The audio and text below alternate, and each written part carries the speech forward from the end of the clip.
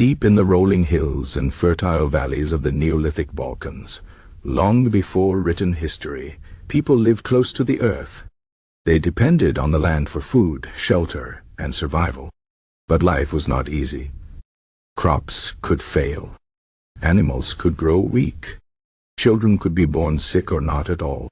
The people of that time did not understand the science of fertility, but they believed in forces greater than themselves.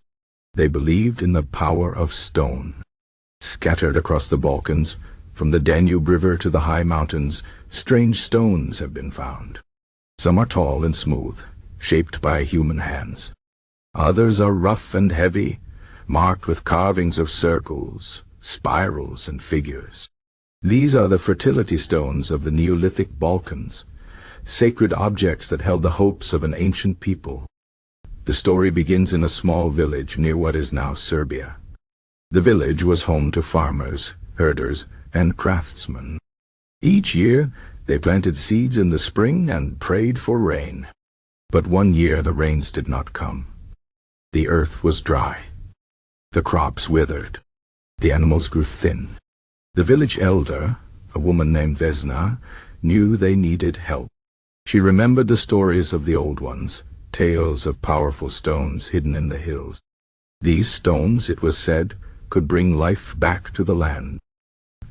Vesna gathered the strongest men and women of the village. They walked for days, following the path of a dried-up river. At last they reached a place where the earth rose in strange shapes. There, half buried in the dirt, stood a large stone. It was unlike any other, carved with deep grooves and the image of a woman with wide hips and full breasts. Vesna knelt before the stone and placed her hands upon it. She whispered words that had been passed down through generations, words of pleading and promise. The villagers carried the heavy stone back to their fields. They placed it in the center of the land where the soil was hardest. That night, they danced around it, singing and drumming. They offered gifts, grains, fruits, and clay figures shaped like animals and children.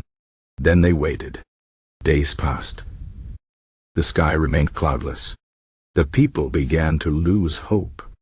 But on the seventh night, a wind rose from the east. It carried the scent of rain. By morning, dark clouds gathered.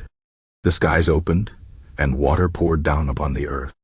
The villagers wept with joy as the dry ground drank deeply. Weeks later, green shoots pushed through the soil. The harvest was plentiful. The animals grew strong. And that winter, more children were born than in any year before. News of the miracle stone spread. Other villages sought their own sacred stones. Some were found in caves covered in red ochre. Others lay in riverbeds, worn smooth by water. Each stone had its own power. Some were carved with symbols of the sun, believed to warm the earth. Others showed snakes, symbols of rebirth.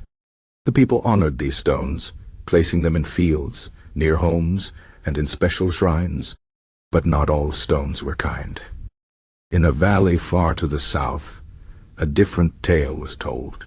A village had found a black stone, jagged and sharp. They hoped it would bring them luck. But after placing it near their homes, sickness spread. Children were born weak. Crops rotted in the ground. The village shaman warned that the stone was cursed. It had to be returned to the earth.